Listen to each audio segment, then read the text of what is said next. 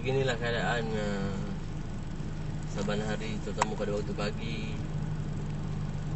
Kebanyakan pekerja-pekerja ladang, pekerja-pekerja balak mula masuk ke kawasan masing-masing. Jadi keadaan lalu lintas agak sedikit ada gangguan lah.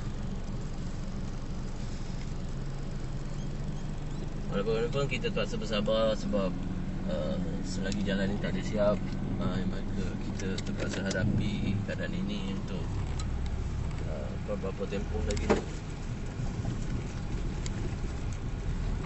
Ini nama dia Santai Won, ataupun lori hantu, lori jin, afrik.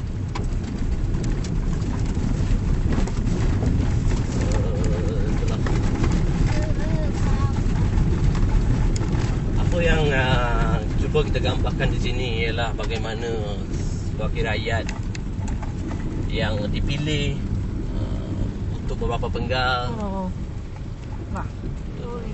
maksudnya tidak mampu untuk memberi khidmat yang terbaik kepada masyarakat di sini, kerana kesusahan yang dilalui ini bukan setakat apa yang dikatakan sebagai masalah jalan berlubang, jalan berlobak, tapi keadaan jalan yang terlalu teruk. Sabah Sarawak. Saya rasa lebih teruk daripada Sabah Sarawak. Jadi saya gambarkan di sini wakil rakyat. Saya tegaskan di sini wakil rakyat Nozula Ahmadiyah.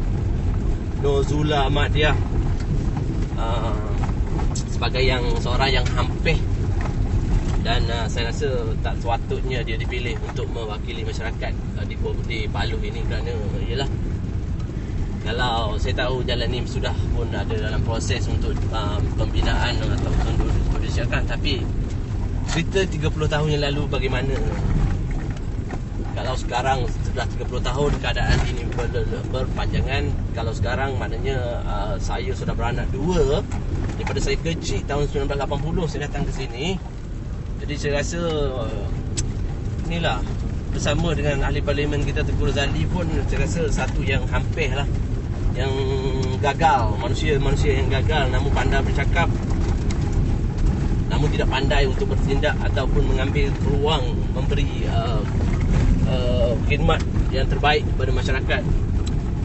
Jadi anda semua boleh lihat bagaimana jalan ini berlubang, bagaimana jalan ini berliku, bagaimana jalan ini berlopak dengan selut semua. Ia sebenarnya satu gambaran jelas